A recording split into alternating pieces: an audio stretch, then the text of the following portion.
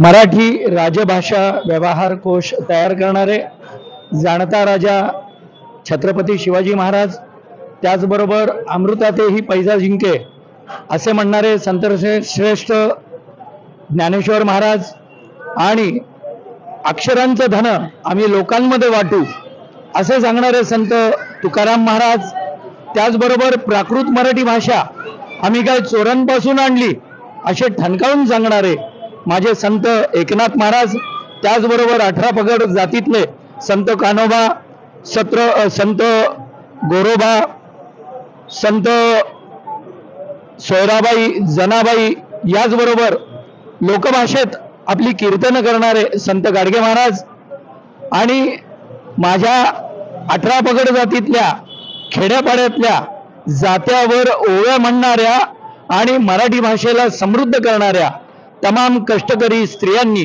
समृद्ध केलेली अशी ही मराठी भाषा। त्यांच्यानंतर मराठी भाषेला गोंधळी असतील, तमाशे कलावंत असतील, अशा अनेक लोककलावंतांनी मराठी भाषेला समृद्ध केलं आणि या समृद्ध केल्यानंतर मराठी लेखक, मराठी कलावंत यांनी सुद्धा या मराठीला समृद्ध केलेलं आहे।